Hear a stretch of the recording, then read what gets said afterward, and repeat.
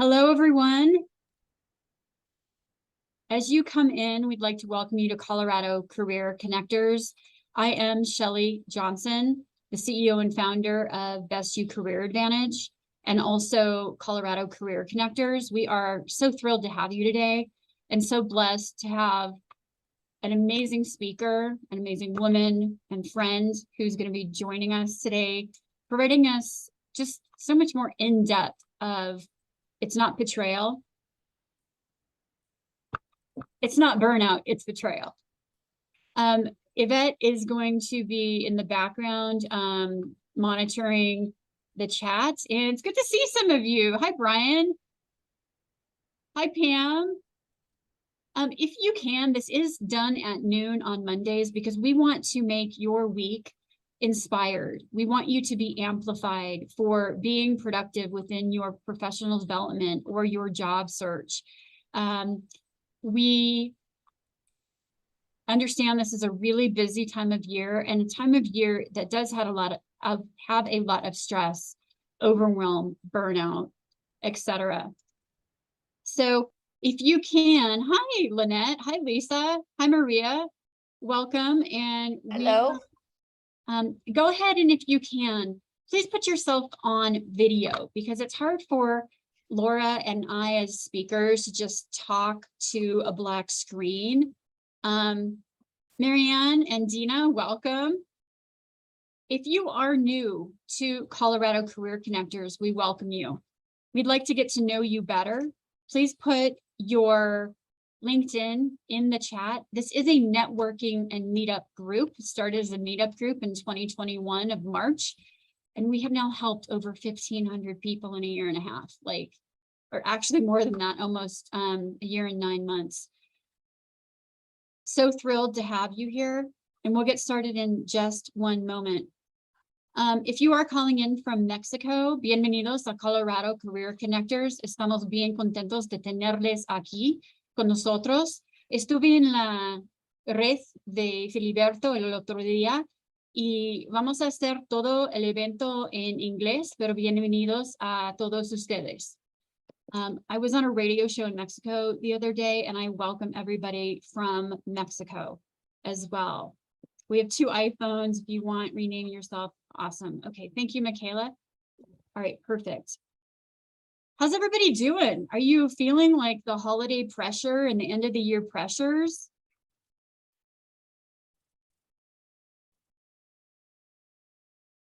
Yes. Okay. Hi, Jolene. Hi, Dina. Hi, Amanda. Wow, we've got some awesome. And again, welcome. This is lunch your time. If you are eating, we don't care. We just want to see you in person. If you can, that would be awesome. Okay. Hi, Janet.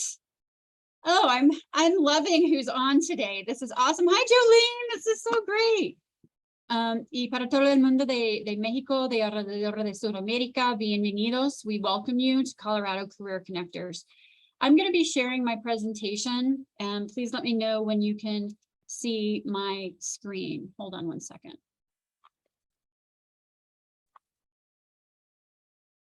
Nope. Just one second, please.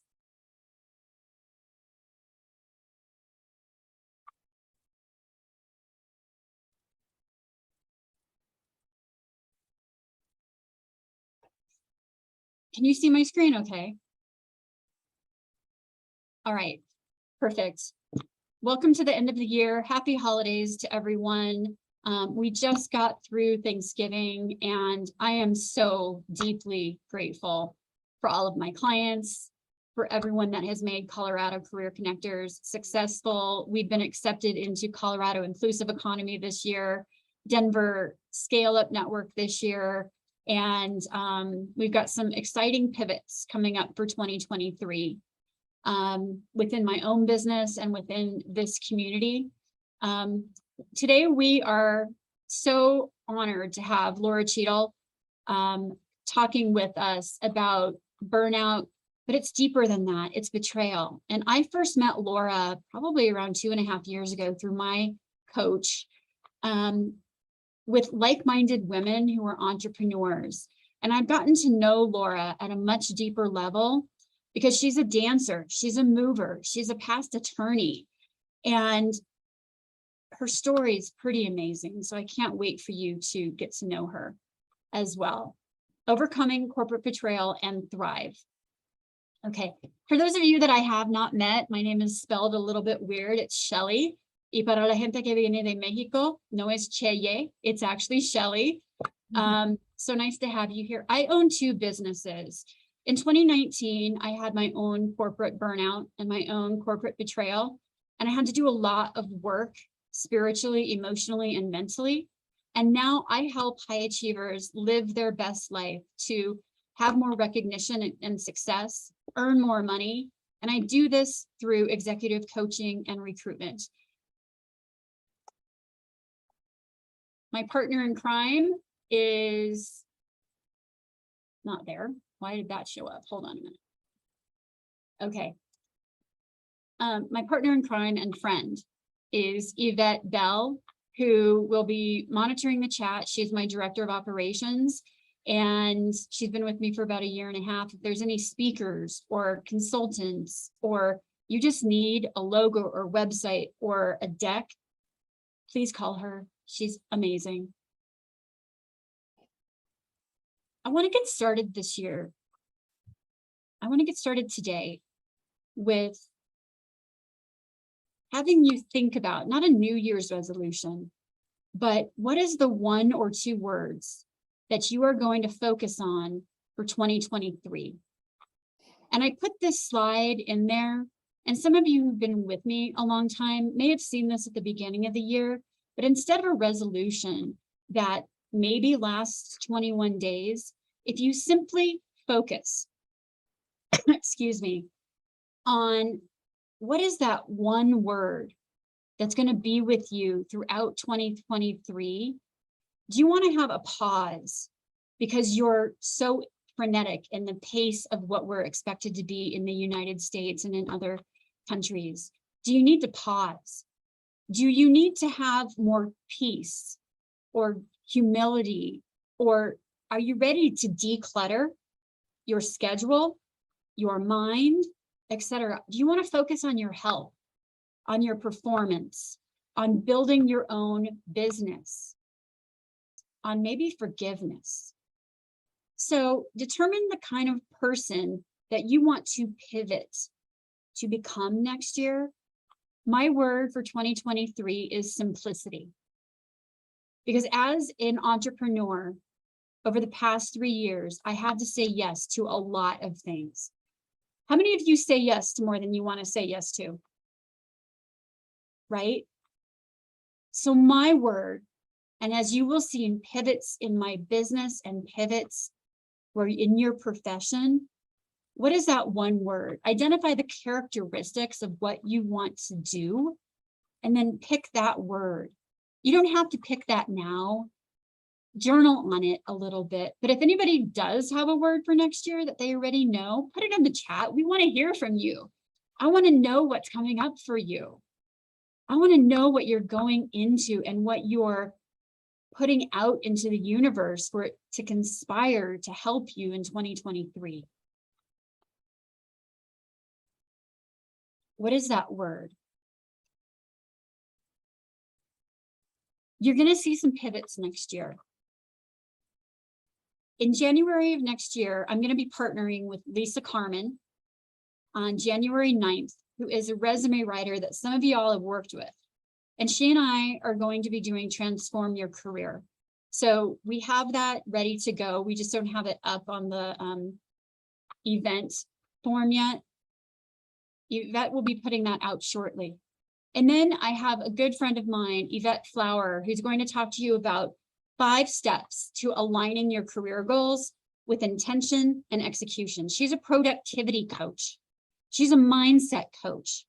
She helps people be more productive, and she's going to help you be more productive in your career and provide details. This is the kind of talent that we're bringing to you next year, early next year. And then in February, Career Con, or Second Act Women's CareerCon is happening the weekend of February 4th and 5th. I know some of you have already signed up for that. This is an amazing way for, if you're over 40, especially, pivoting your mindset, learning from experts in the field of ageism. I'll be speaking there, and you'll hear amazing advice and suggestions on kind of what is your next chapter going to be. Okay. If you haven't signed up for Colorado Career Connectors, our website not only gives you events that we're putting on in 2023, it gives you resume writers, other people to reach out to, podcast, resources, etc. And you're going to see more changes to that as we continue in 2023. And if I haven't personally met you, here's my contact information. I'd love to chat with you. I'd love to see where your burnout is, how your mental fitness is, and see how I can help you to pivot your own profession or your own presence in 2023 as well. Okay, we did that one. Okay, I'm going to introduce Lora Cheadle now. I recently went to a conference that my coach put on, and Lora happened to be the MC. And I'll tell you what, not only was it the most fun event, motivating and inspiring, that really ignited our passion, it allowed us to go deeper and to do some soul work. And I got to see firsthand how Lora listened to all of the audience and used the message to really help people go deeper. So without further ado, Lora Cheadle is a life choreographer that owns a boutique coaching and wellness firm. She helps people with the topic that we're going to chat with today. Lora, it's my honor to have you here. Please introduce yourself, and you have the floor. Thank you so much, Shelley. I am looking forward to being here so much, and I can't wait to share everything with you. I'll tell you a little bit more about me throughout the presentation, but the bottom line is I am a former corporate attorney, and now I do betrayal recovery. And acknowledging and identifying all those places we feel betrayed is truly where the magic happens. So what I invite you to do as we go through the presentation is just to let your mind expand, let your heart kind of open up, and just allow yourself to be very raw and vulnerable with yourself. Because we like to be up here a lot. We like to be in our headspace and we like to figure things out. And then sometimes when things aren't going right and we can't find the right career and we're totally frustrated, what we really need to do is quit thinking it through and to start feeling it through. So that's what I invite you to do today, is to feel through this presentation as much as you can. And I will see if I can get my slides shared. Oh, can you take yours off? There we go. There you go. Sorry about that. Nope, that's fine. Tech is always a little strange too, so let's see if it works. There. Can you see that? Mm-hmm. Okay, perfect. Let's see if they're moving then.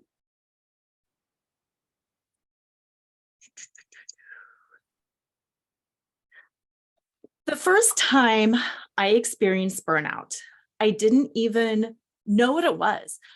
I was barely 30 years old.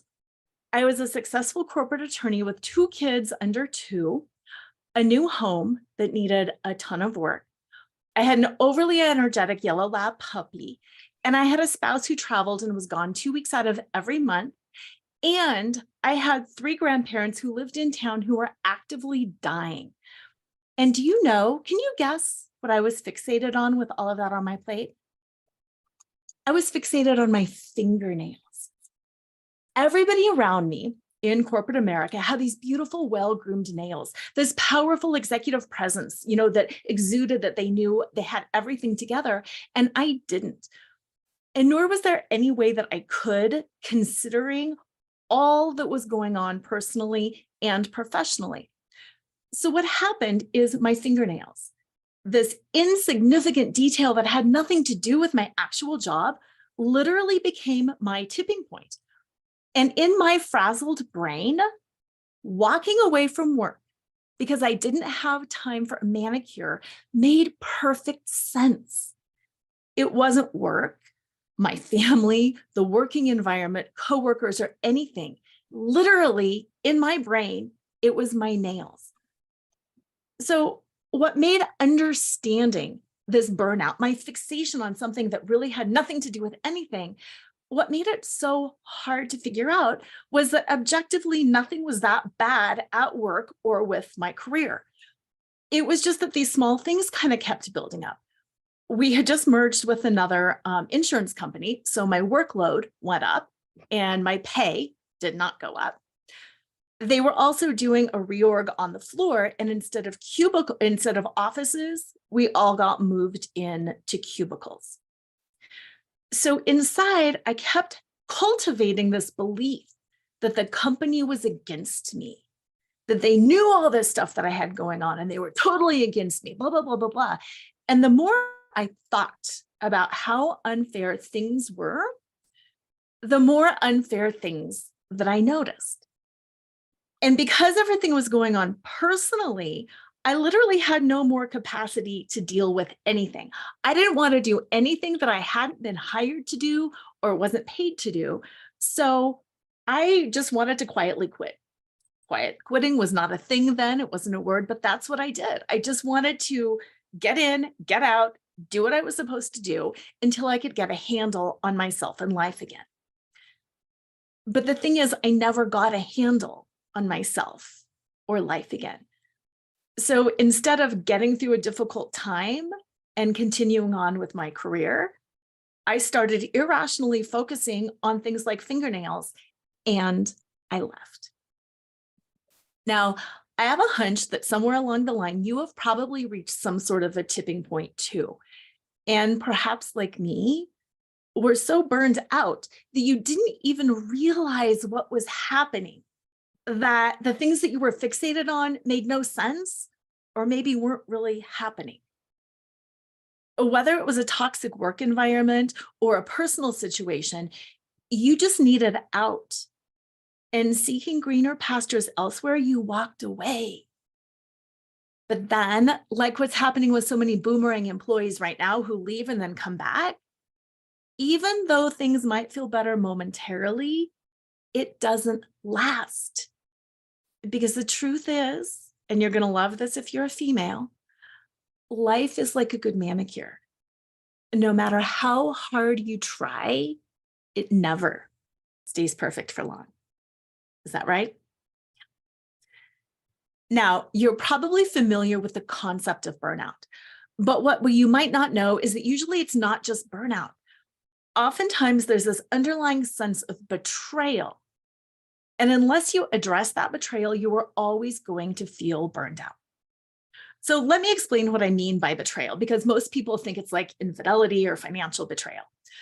A betrayal is the breaking of an expectation that you have relied on that ruptures your view of yourself or the world. It can be as simple as somebody divulging a confidence, or as complex as a personal realization that you sold out to a dream that was not your own. Betrayal trauma is what happens inside to a person when they've experienced betrayal. And the symptoms of betrayal trauma are feeling emotionally numb or withdrawing, having negative beliefs about yourself or others, including hypervigilance towards potential perceived threats and difficulty managing your own emotions, and then questioning your own ability to make decisions. Now, when it comes to burnout, there's no official definition, but the World Health Organization describes it as an occupational phenomenon resulting from workplace stress that has not been successfully managed. And it's characterized by 3 symptoms, and I want you to pay attention to these symptoms. They are feelings of energy exhaustion or depletion, increased mental distancing from your job or feeling negative towards your career, and reduced professional productivity. which if you think back to the symptoms of betrayal trauma, they are strikingly similar. It's just that there's a different root cause. Now, burnout costs the US over $500 billion every year.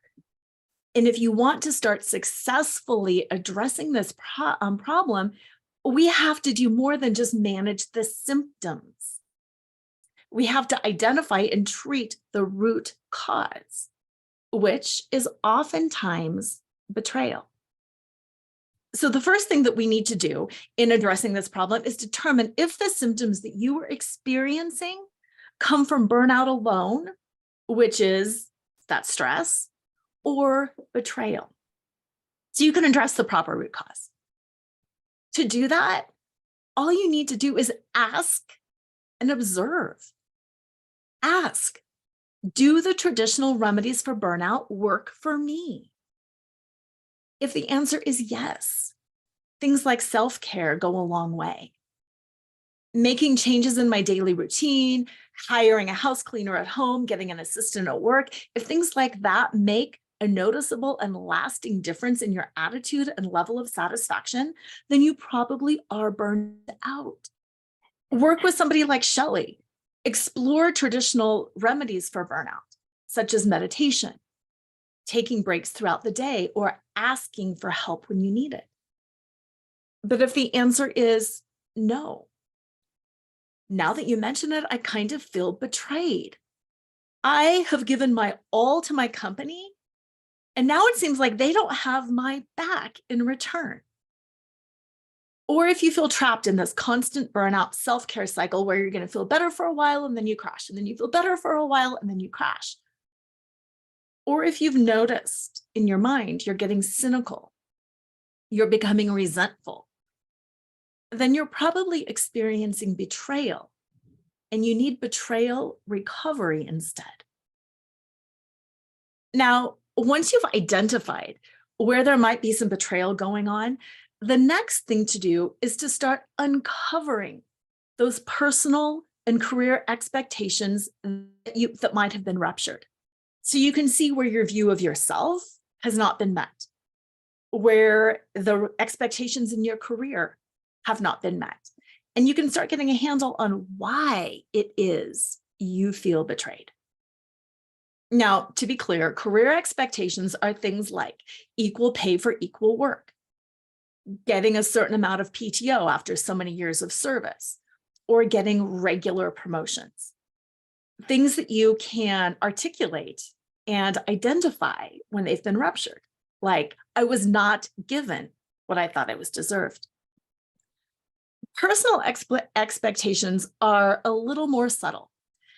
They're beliefs and ideas about yourself, who you are as a person, what you deserve, how you think the world should work.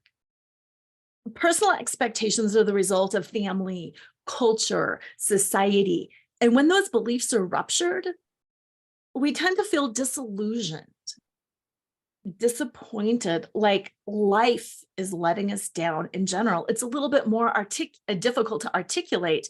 We just know that it doesn't feel good. Now, when I left work, I was consciously aware of my things like I expected 6 weeks of maternity leave.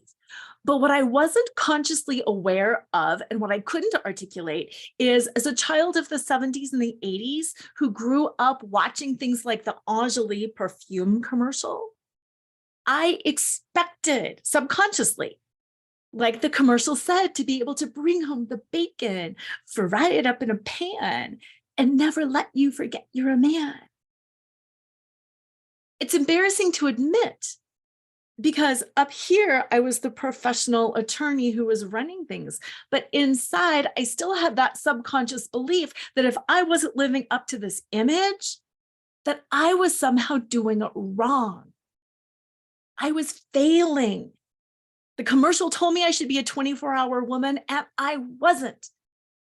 So that's why something like my nails sent me over the edge. It was an unidentified and unarticulated expectation that I was not living up to. So had I known that what I was feeling was not just career dissatisfaction, but was also a deep-seated sense of betrayal from unmet expectations around motherhood and life. I might not have burned out and walked away. I might have stopped focusing on my unmanageable life, and I might have started focusing on betrayal recovery instead. So today, I'm going to take you through a 5-step betrayal recovery framework. And this is the framework that I use with my clients to help heal ruptured expectations. And if you're thinking, yeah, I do kind of feel betrayed, go through this framework. It's a process. It's not necessarily linear. And start taking steps forward so you can heal your own betrayal. Now, this framework is encapsulated by the acronym FLAUNT, which stands for F, find your fetish. L, laugh out loud. AU, thank you, Shelley, accept unconditionally. N, navigate the negative. And T, trust in your truth. The first step in the FLAUNT betrayal recovery framework is F, find your fetish. And if you're going, ooh, fetish, I'm glad you're feeling that way. I'll address that in a minute. Finding your fetish is sort of like finding your why. But instead of seeking that external why, it's about finding what brings you an internal sense of satisfaction. This shift from the external to the internal unhooks you from that incessant need to please others, conform to standards, and perform up to expectation. It allows you to start feeling better because you're focused on feeding the internal, no matter what's going around you, so other people can't knock you down. Plus, fetish is a really fun word. It raises eyebrows and it keeps things lighthearted and fun instead of stressful or overly serious, because the absolute last thing we need when we're already burned out is another thing on our to-do list. Now I've got to heal my betrayal. So just enjoy it and go with the process. So my first question to you today is, what do you need for your personal satisfaction at home and at work? That thing that you need to feel satisfied is your fetish. And again, it's about what you need on the inside. It's not a bigger office or a promotion. What do you need inside? Identifying that is that first step in healing the feelings of betrayal that crop up when life lets you down and things don't turn out as planned. Plus, when you know what it is that you need, you've got a direction that you're moving towards. So instead of feeling like you're spinning and maybe I'll apply here and I'll do this and then I'll get better here and you know what I need? I need peace in my heart. I need connection with people. Whatever it is, you'll be moving towards it. When we lack that direction, when we don't know what our destination is, when we don't know what brings us the internal gratification, we start getting hyper-focused on the external, on meeting external expectations, on seeking approval from others. And instead of validating ourselves, we get stuck in what I call the betrayal gap, which is the space between all the things that we want and need and deserve and what we actually get, which can sometimes feel pretty significant. So what is your betrayal gap like? Have your expectations in life or career been met? Or are you really struggling to feel gratified inside because you're always seeking that next thing outside of you and it's never quite coming together? And then most importantly, who are you asking to close that gap for you? Now, if you're anything like me, you might be thinking, oh, wait a minute, my life and my career, they've just sort of evolved. I'm just rolling. I don't really know what my fetish is. I don't know what brings me gratification. I'm just always doing the right thing.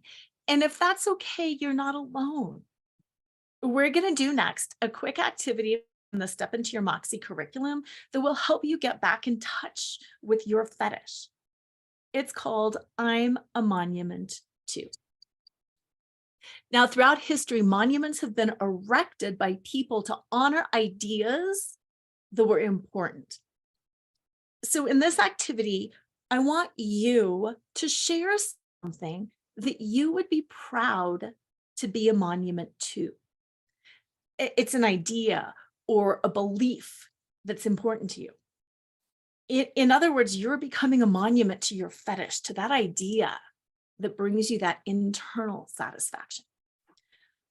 I want everybody, whether you're sharing out loud or just saying it to yourself, to use the following structure. I'm a monument to fill in the blank because.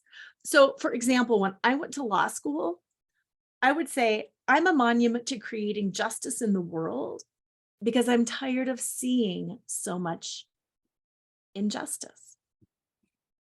To help you get started, I want you to think back to the time you were choosing your major in college or you were choosing your career. What was it about the idea of that career that motivated you inside? It can be superficial, like I wanted to wear suits and have a nice office. And that's fine. That's that motivation. Or it can be really serious, like I want to help change the world because I've had a lot of painful experiences. You get to choose. I just want about maybe 3 or 4 of you to pop off mute and share. I'm a monument to. Let it come from your heart, not from your head. And because.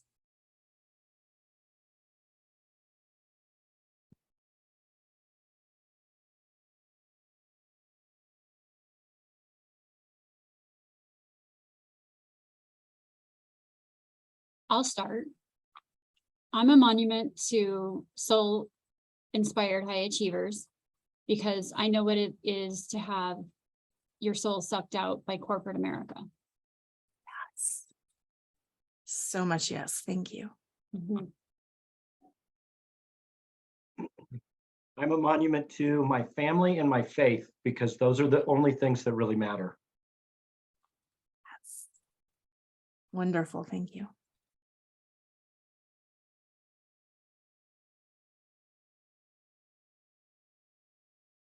Let's do one more.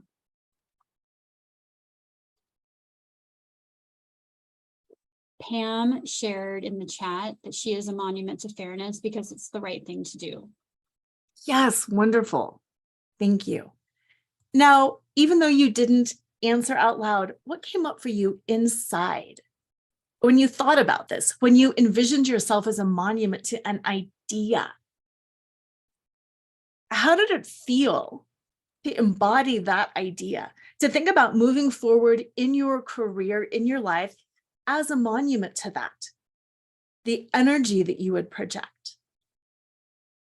Whether you're reconnecting to a former passion or discovering it for the first time, knowing this energy, knowing this passion, knowing your fetish helps you to close that betrayal gap because it reminds you, like Brian said, these are the things that matter. It keeps those front and center so you know what to strive for and what to set boundaries against. So it ups your sense of agency and well-being and allows you to manage both your burnout and your betrayal for good. Now, the second step in the flaunt betrayal recovery process is L for laugh. Laughter reduces stress and it increases resilience. You might have heard about the fight, flight, or freeze response, or the recently added fawn to that series. Fight, flight, freeze, or fawn is the body's natural physiological reaction to stress. So when we're faced with any kind of stress or perceived danger, we will either gear up to fight, run away, freeze like a deer in the headlights, or fawn. And in case you're not familiar with fawning, fawning is abandoning your own needs, your own fetish, backing away from what you know is right, and seeking to serve others in order to avoid conflict or disapproval.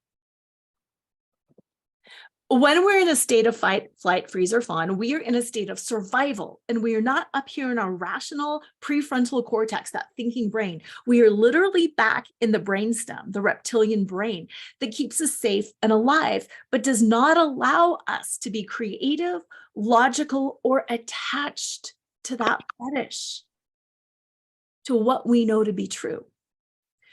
Which is great if a saber-toothed tiger is chasing us, but if we're wanting to make good decisions, if we're wanting to heal our betrayal, not feel burned out, and to move forward in a creative, constructive way, it's not so great. So how do we get out of that state? Well, according to the Mayo Clinic, the best way to get out of that state of survival is to laugh. Laughter soothes tension. It stimulates circulation. It aids in muscular relaxation. It helps reduce the physical symptoms of stress. Long-term, laughter even improves the immune system, meaning fewer sick days. It relieves pain. It increases personal satisfaction. It makes it easier to cope. It literally does everything. It can even lessen depression and anxiety. It can also improve your self-esteem, which then will give you the confidence to go after things that will bring you that internal satisfaction and close your betrayal gap. One of the things that I have my private coaching clients do is create a laughter journal. They can do it digitally or they can do it on paper. And a laughter journal is simply a listing of people that you can call, people that you find funny, movies, TV shows, cartoons, social media sites, just literally a listing of everything that you find funny. So when you're in one of those moods where you're like, it's all awful and everybody hates me and I'm the worst person, you can open up that journal and you'll start being reminded, oh, that funny Friends scene. Oh my gosh, I love Lucy stomping on the grapes. Ooh, go to that iFunny site or whatever it is and read cartoons. It's that reminder, it's that tool. So what I want you to do right now, again, whether it's on paper or your phone, I just want you to jot down, oh yeah, I remember that scene in Friends or whatever it was. That was really funny. Just write down one funny thing. And then later you can fill out your own laughter journal. But this is such a simple but profound tool to break us out of that, it's all awful, and to keep us out of that fight, flight, or freeze. Now, the next step is AU, which stands for accept unconditionally. And I like to say that's the golden center of flaunt, because that's where all the magic happens. Going back to my attorney days, I'm really big on preventative law. And preventative law is doing what you can right now to avoid litigation in the future, because litigation is stupidly expensive and time consuming.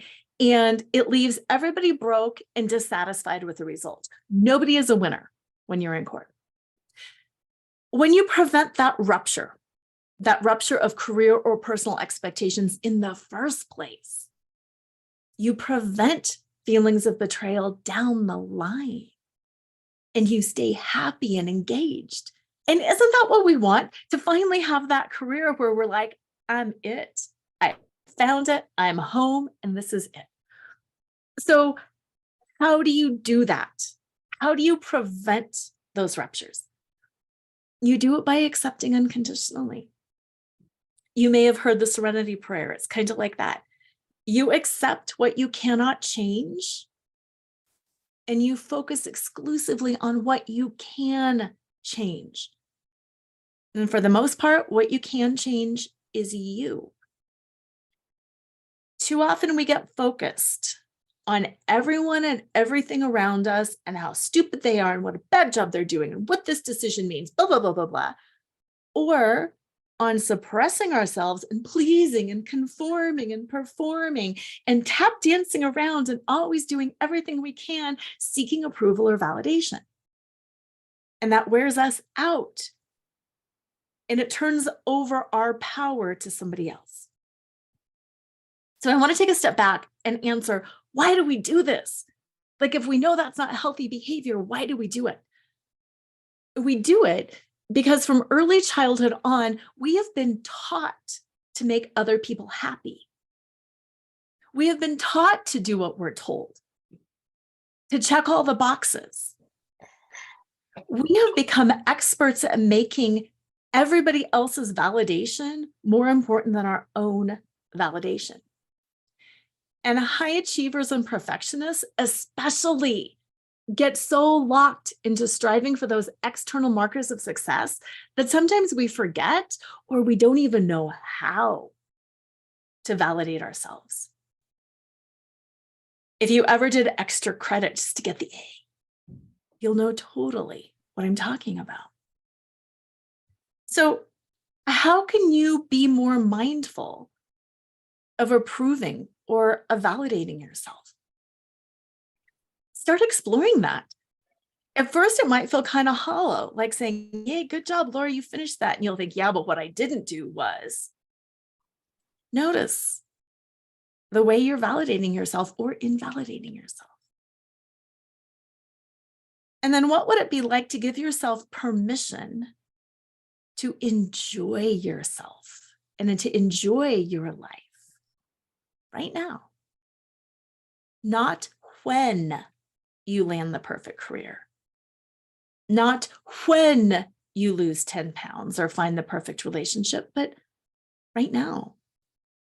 What would it be like to go back and embody that fetish, that passion inside of you, and just let that radiate and to enjoy yourself right now? And what's really profound when you start doing that, when you start just being who and how you are, that's when you start noticing all the different ways you spent your life chasing a dream that was not your own. I have a colleague who is truly passionate about making the world a better place. So she became an attorney and she got a job in this large law firm because she thought, what better way to create change in the world than to hit it at the legal level? And although she billed the right number of hours because she was told to, and she generated the right amount of new business, and she did all the things she was supposed to do, she never felt on the inside like she fit in. She never felt like she was a success. She felt like, why am I not happy even though I am doing it all? So after several years of leaning in and pushing for partner and then not making it, she got really resentful of the patriarchy, of the profession, of all of that stuff, and she burned out and she walked away. And she felt very betrayed by everything because despite doing everything right, she never received the enough external validation in the form of partnership to close her betrayal gap and feel valued. But here's the thing. It wasn't her firm's job to close her betrayal gap for her. It was hers.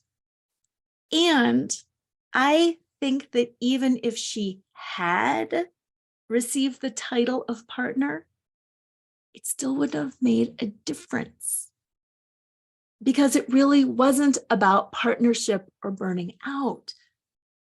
It was about betrayal and the way she betrayed herself by not chasing after and going for the things that were valuable to her and that meant a lot for her inside. So when she finally got clear about that her passion was for changing the world as opposed to making partner, everything changed for her. Her new job was as the executive director of a children's charity, where she started feeling gratified inside by the work that she was doing. And it unhooked her from the need to keep proving her worth by striving for all of these external markers of success that she didn't care about inside. So once again, what is your betrayal gap like? Laura, Yes. I think this is a perfect time for a pause. I'm getting Yes. a lot of comments in the chat and personal comments of how this is resonating. And I've worked with enough clients to know that that betrayal, like it really does go so much further than that burnout. And so the new methodology that you're teeing up is really resonating. And I'd love to hear from our audience, just what has resonated so far with you. We do have until 1:15 today. We are going a little bit longer. So like I said at the beginning, this is a deeper topic. What is your betrayal gap? How are you?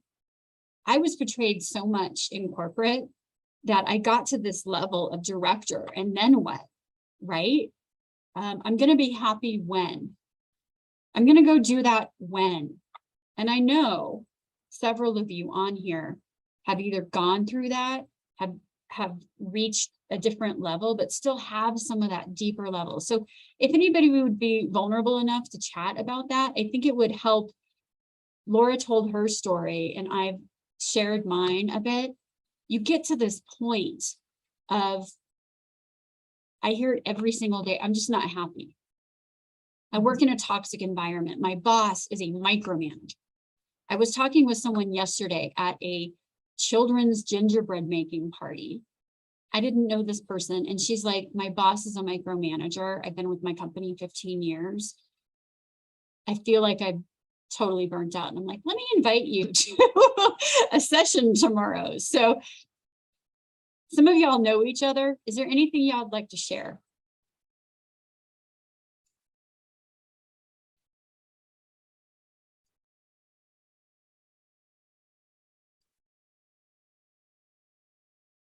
I'll share a little bit. I think that over probably the last 5 years, well, longer actually, but where I've really felt it is seeking the approval of others and identifying or determining my success based on what others thought.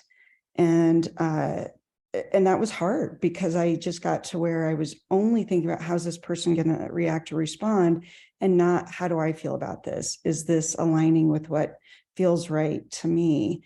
And so as I have, and especially I would say in the last year or so, really tried to notice the difference in how it feels when it feels right inside to me, and how I can take feedback better. I can make adjustments and not beat myself up for maybe not saying, or, you know, needing to tweak something to better suit someone else's needs. It doesn't mean I'm a failure. It just means I need to make an adjustment. That's all it means. But that has taken me a long time to really be comfortable with that. Jillian, that's awesome. I love hearing about how you're bridging that betrayal gap. Is there anyone else who'd like to share?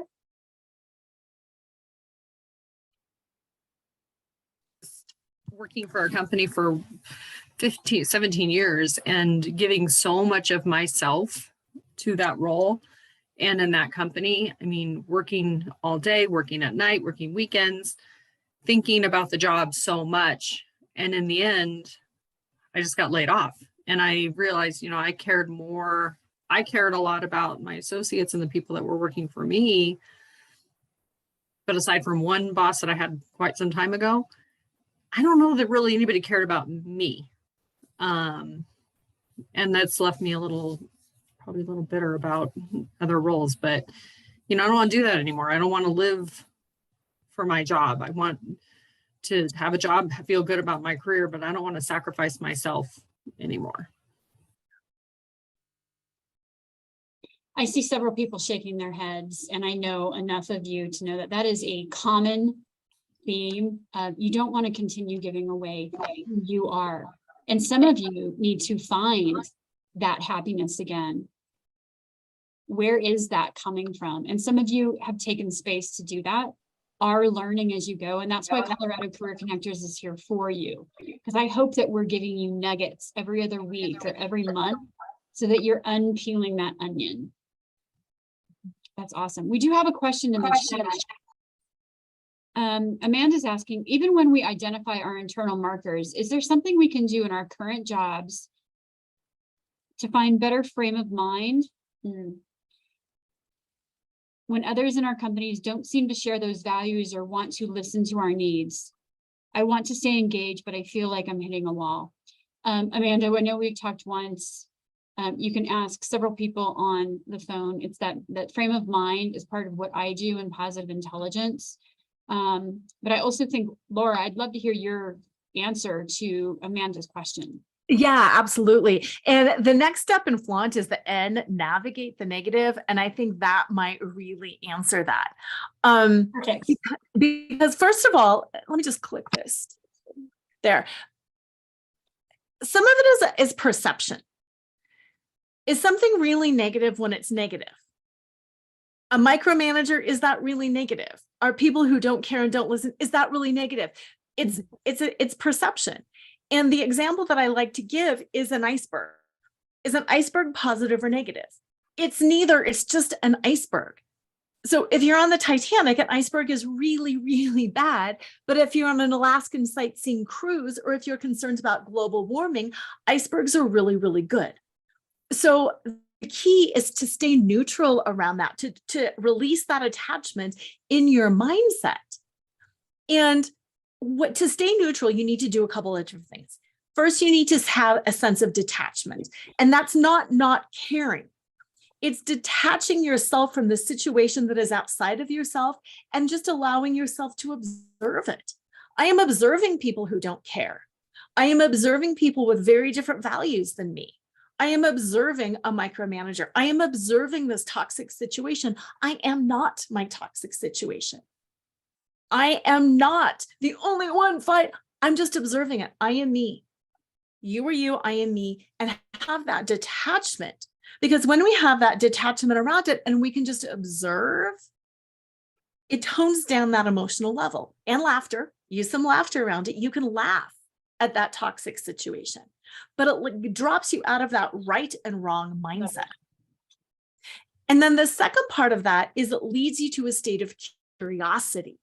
Because when you're detached and you're just observing it, then you can start getting curious. What can I do? Everybody else has very different values. What can I do?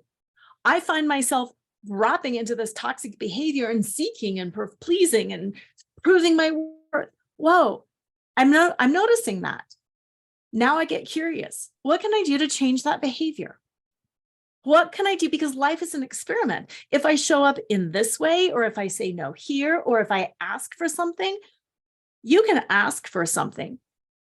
If you don't get it, you're no worse off. And maybe you will get it.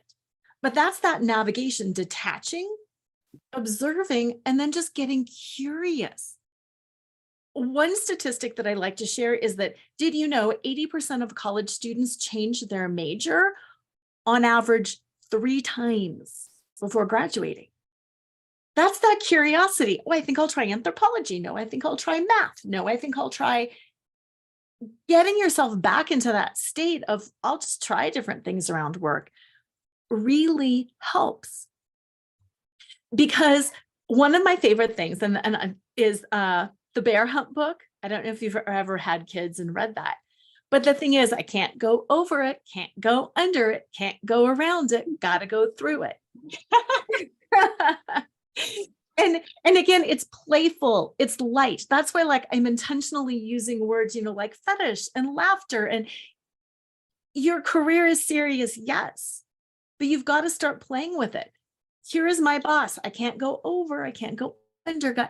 Get curious and have some fun. Because how much differently would you perceive your situation right now if you didn't think about it as your soul-sucking job? If you didn't think about it as your bad, toxic situation, and if you just noticed it and then got curious about, what would it be like if I leaned into my fetish a little more? What would it be like if? And just kind of played with it.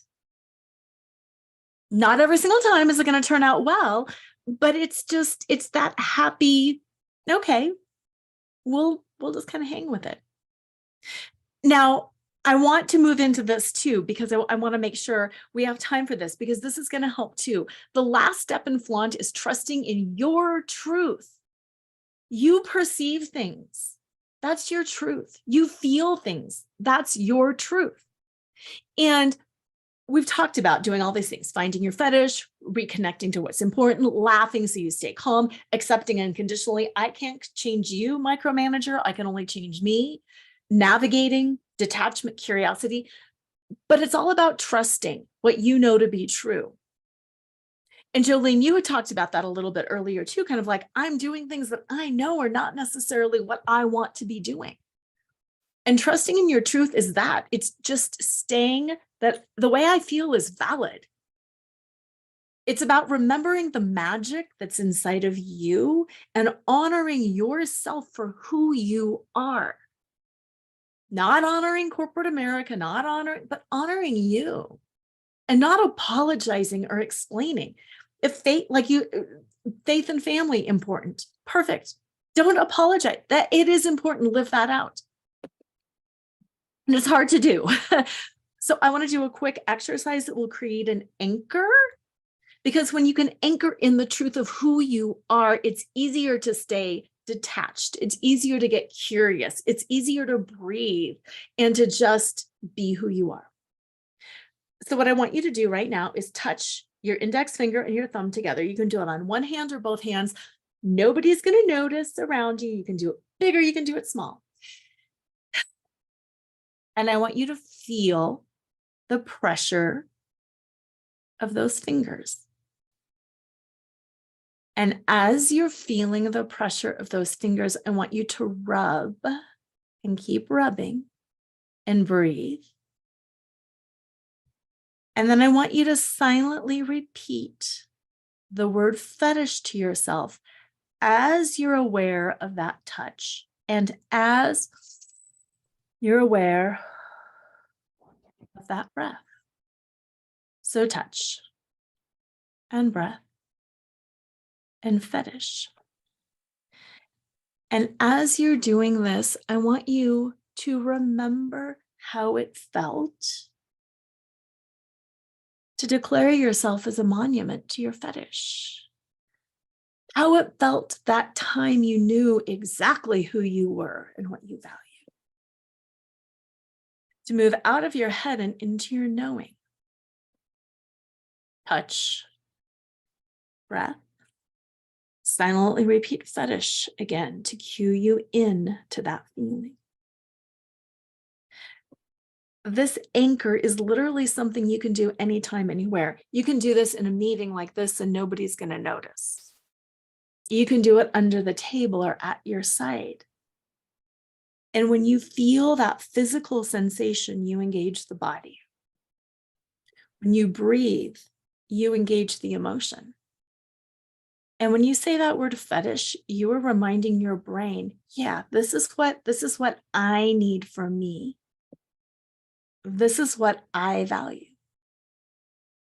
And this anchor literally will connect you to what is important in any given moment.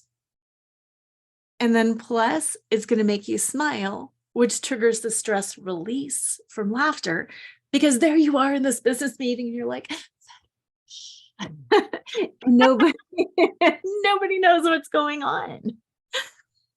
For those of you in my community, this is PQ Rep. This is about getting to know your wisdom, and she's giving you an anchor. So some of the ideas are lining and synergistic, and now there's some more fun with it. Laura and I are both dancers. Yes. With that movement. So if you can think about it as a PQ rep with the word fetish, it's exactly what we've talked about in the past. Yeah. Laura, that's so fun. I love that. Oh, I love that too. I love that. Because really, that's all it is it's about connecting to mind, body, spirit, so you can go forward as you are in the strength. So I want you to identify what might be possible for you if you learn to flaunt, if you learn to have fun with this. Plus, flaunt is just a fun word because it's just putting yourself out there without apology. And that's what I want for you, is to stay connected, because we need leaders with heart.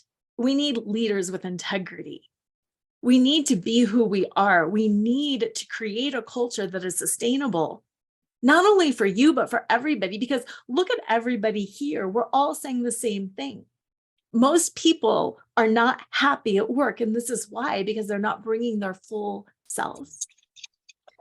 So if this resonates, you can go to burnout or betrayal.com and download your copy of the top 3 ways you betray yourself every day and how to stop. I talk about pleasing, conforming, and performing. Or you can reach out to me and set up a call and let's have a talk and I can answer your questions, because I know how it is. I was in the legal world and it's like, you can't do this. And it's like, but watch me, I'm going to. So I'm happy to just talk about your situation, give you tips on how to handle it, go deeper with any of these 5 steps, reach out. You can email me, you can go to Burnout or Betrayal, and I am happy, because the bottom line is the rest of your life is waiting for you. I want you to move beyond burnout, move beyond betrayal, and really feel what is possible for you. And if you have questions, we do have a little time. We've got about 15 minutes for questions. And I am so passionate about this, and I've been through this, and I'm absolutely happy to talk to you and answer questions. And I'm going to stop share so I can see your faces all big. Lora, thank you. That was awesome. I mean, I knew a little bit about the level of depth, and I have to tell you guys, I've been reading her book, Flaunt, which I highly recommend. And I just want to read a couple of excerpts from it. Flaunt is a practice to be gently but vigilantly embodied throughout our lives. In order to transcend our stories, to become the kind of person we aspire to be instead of the kind of person by default, the sum total of our masks, we must stay vigilant. We must reveal ourselves fully and allow ourselves to be seen. And most importantly, we must abide by our own internal valuation system. I love that. Another quote is, as adults, many of us have no idea what we want. That's what she and I do. We try to help you with that career exploration and help you figure that out. Only through deep level anchoring and that wisdom of listening to who you are, to who I am, is how we figure out what our monuments are, right? Most people have no idea, especially high achievers, Lora says. Those of us who move competently into our heads, successfully performing tasks and fulfilling our responsibilities to a T. Those of us who are adept in doing all that we must in order to succeed often forget how to move into our hearts, tune into ourselves, and articulate what we want. We get so conditioned to responding to the right answer that we forget to answer with the truth. So we've hit upon a lot of things that many of you may have heard of. Your saboteurs, from a PQ perspective, are, if you're a pleaser or a hyperachiever, you're not stating your truth. So I hope you do reach out to Lora. I hope that Lora or I can help you get through some of that betrayal and going deeper. What we both do is get into the soul inspiration, right? And that's why Lora and I have so much fun when we talk to each other, because, you know, I'm like, you do Flaunt, I do Amplify Your Awesome. Like, let's do this together. And let me bring you to Colorado Career Connectors. And you guys, please reach out to Lora if she can help you. Please reach out to me if I can help you. We are a community. And my hope and part of my mission for Colorado Career Connectors is that we're not just providing you tactical tips, that we're providing you much deeper level, real and authentic. Go back to the definition of betrayal. Doesn't allow you to be yourself, right? So I hope that we have helped to pivot your thought process. What questions do you guys have? And again, Lora, thank you. Awesome, awesome, awesome topic. Thank you. Thank you. Thank you.